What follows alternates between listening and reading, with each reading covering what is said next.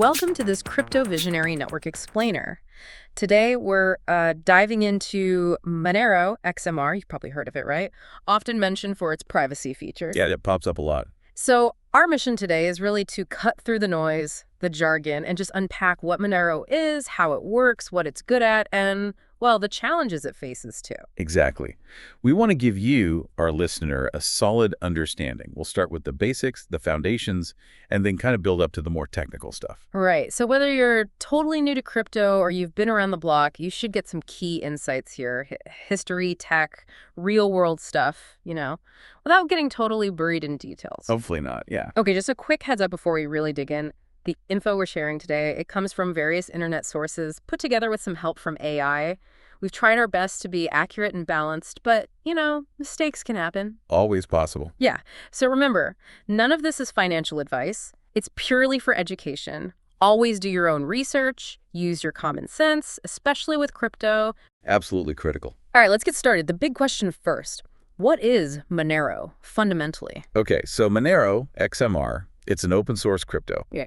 But its whole reason for being, its core philosophy, is privacy. Plus decentralization and scalability. Privacy first, basically. Pretty much. They call it untraceable, fungible, privacy-enhancing money. Some even say it's what Bitcoin wanted to be, cash.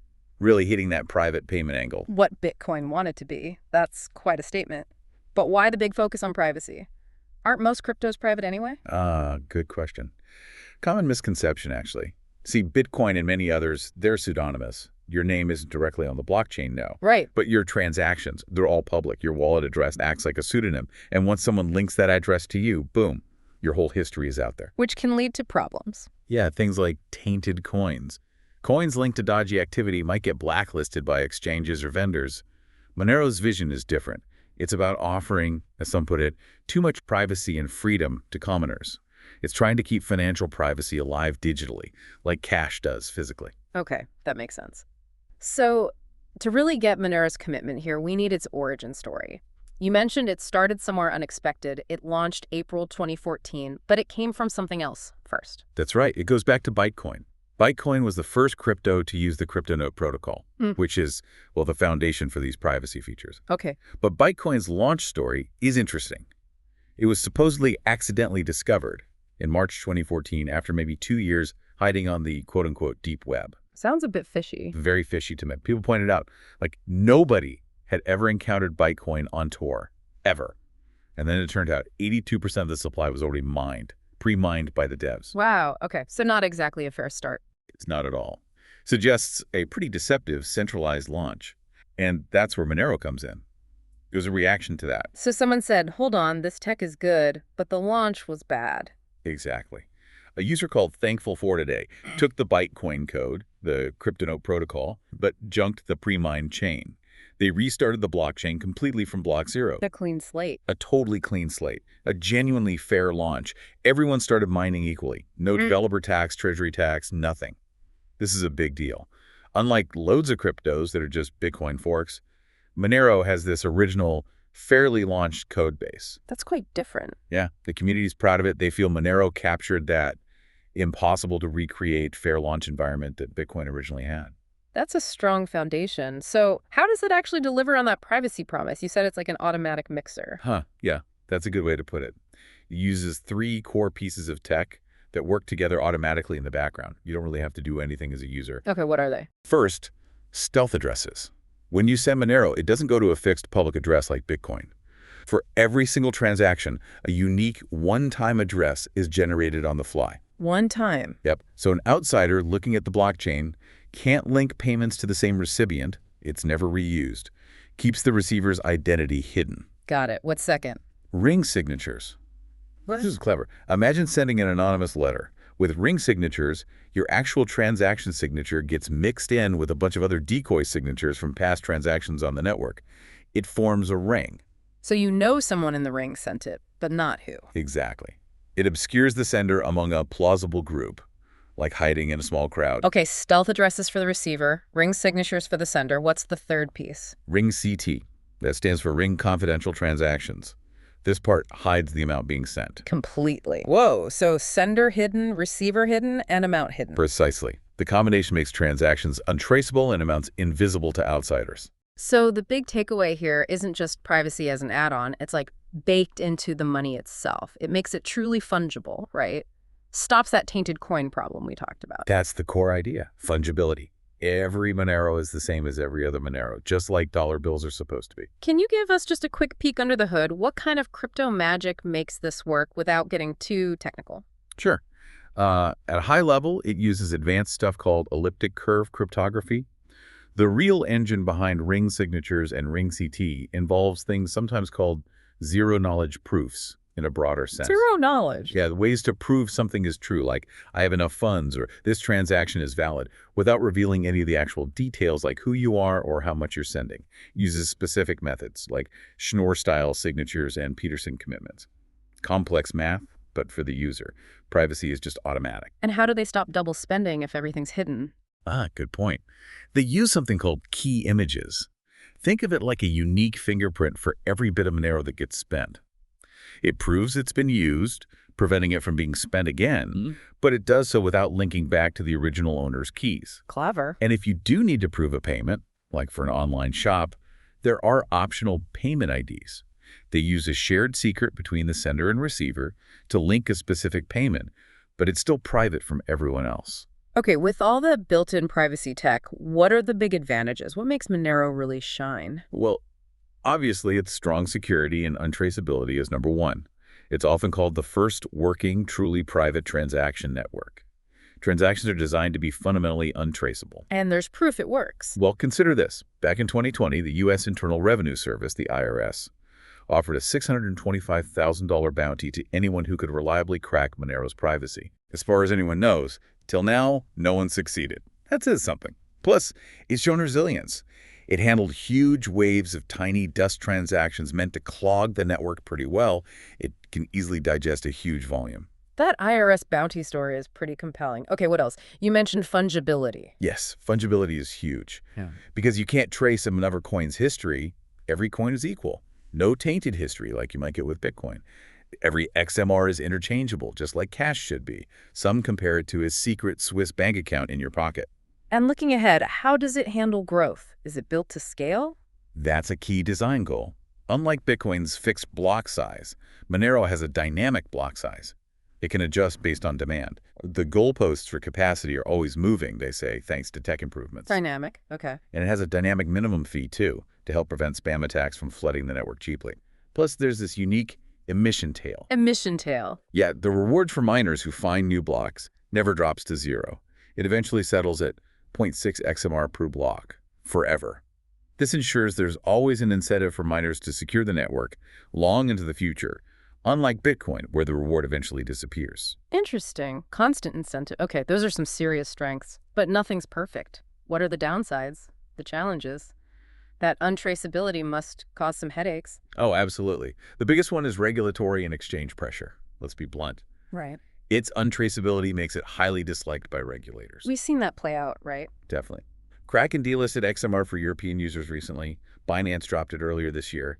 These are major exchanges. The founder, Ricardo Spanghi, even kind of cheekily suggested these delistings are proof Monero's privacy works too well for law enforcement liking.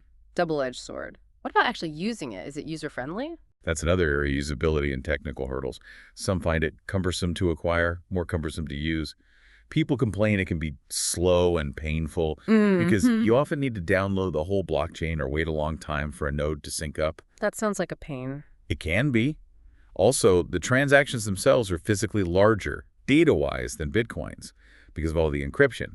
More data means slower syncing, bigger storage needs. Right. And wallet compatibility can be an issue. It lacks desired compatibility with digital currency wallets that support lots of coins, though some hardcore users prefer specialized Monero wallets anyway, seeing it as a feature, not a bug. And there's the ongoing worry about blockchain bloat. Bloat, meaning the blockchain gets too big. Yeah, the fear is it could grow to hundreds of terabytes, making it really hard for regular folks to run their own full node, which is important for decentralization. Okay, and then there's the elephant in the room, the association with illicit stuff, darknet markets and the like. Yeah, you can't ignore that.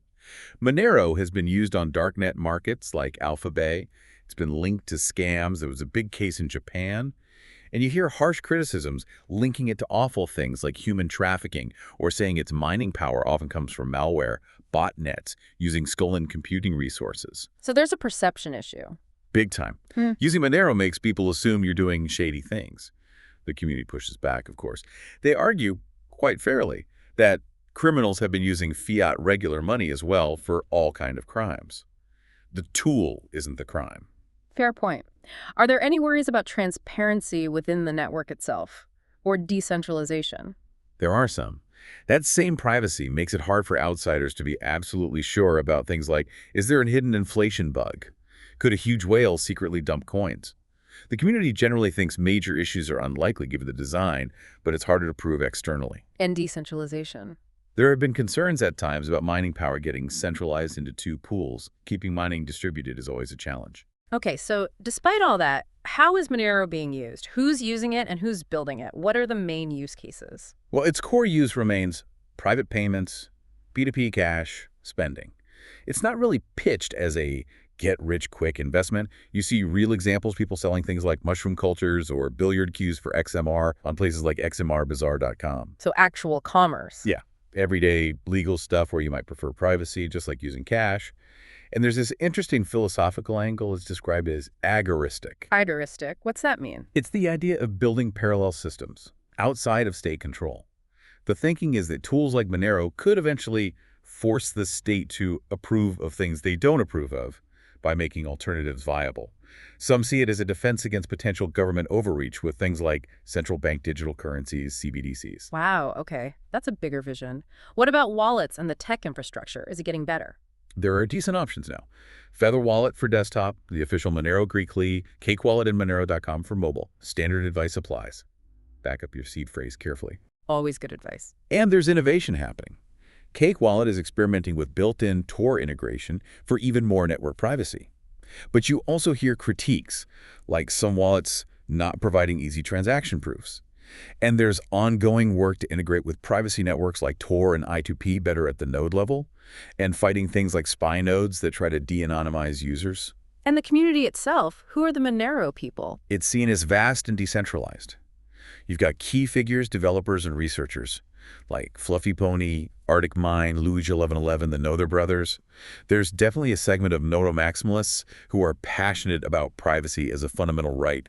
The nothing to hide means nothing to fear, crowd reversed, maybe. Right, privacy is the point. Exactly. There are community meetups, newsletters like Review Monero, and importantly, the main community spaces like the subreddit explicitly forbid discussing illegal uses. They're trying to foster legitimate use. For many, it's the cypherpunk's dream currency. Okay, so bringing it back to the wider world, where does Monero sit now? What's put it in the news recently? Well, as we mentioned, those notable exchange delistings from Kraken and Binance definitely made waves. That regulatory pressure is real. Yeah. Also, that Japanese investigation dismantling a Monero-linked scam got attention. The unsuccessful IRS bounty is always a talking point.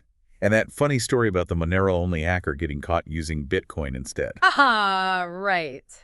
The irony. And its historical use on darknet markets like Alphabay alongside Bitcoin and Ethereum often gets cited to contextualize its role. And its overall popularity, where does it rank? It's consistently called the largest and most popular privacy-centric cryptocurrency. Back in 2018, it was ranked 14th overall by market cap. But as mentioned, it does get criticism for comparatively low trading volume for its cap. It appeals to a specific, arguably small niche crowd who prioritize actual use and privacy over pure speculation. Makes sense. And how does it stack up against other cryptos trying to do similar things, other competitors? Well, its similarity and difference with Bitcoin is the classic comparison, true fungibility and privacy versus pseudonymity and traceable history. There are other privacy coins like Zcash or Horizon, but they often face similar delisting risks. What's maybe more interesting now is the rise of privacy-preserving ZK proofs on EVM networks. ZK proofs on EVM, that's a mouthful. Yeah. Think advanced privacy tech being built on top of popular smart contract platforms like Ethereum. Projects like Railway, Aztec, ZKBOB, Secret Network, they offer different approaches to privacy. This has the Monero community talking about needing things like atomic swaps or a trustless bridge, ways to easily and securely exchange Monero with these other systems without relying on centralized exchanges. So competition is heating up. Seems like it. People also discuss other ideas, like maybe using super-fast, low-fee coins like Nano for tiny daily payments and keeping Monero for important transactions where privacy is paramount. Fascinating. So we've covered a lot: Monero's unique history, its privacy tech, the good, the bad, the community, the challenges. Yeah, it really highlights a core tension, doesn't it? Our digital lives push for more transparency, more tracking, while Monero represents this strong pull towards individual privacy and financial freedom. A fundamental conflict. Exactly. And it leaves a big question for you, the listener, to think about. As digital money and surveillance become more common, how do we strike that balance? Where do we draw the line between freedom and accountability, privacy and transparency? A crucial question for the future. We hope this explainer gave you some solid insights into Monero and maybe sparked some deeper thinking. Keep learning, keep exploring these topics. Absolutely. Stay curious.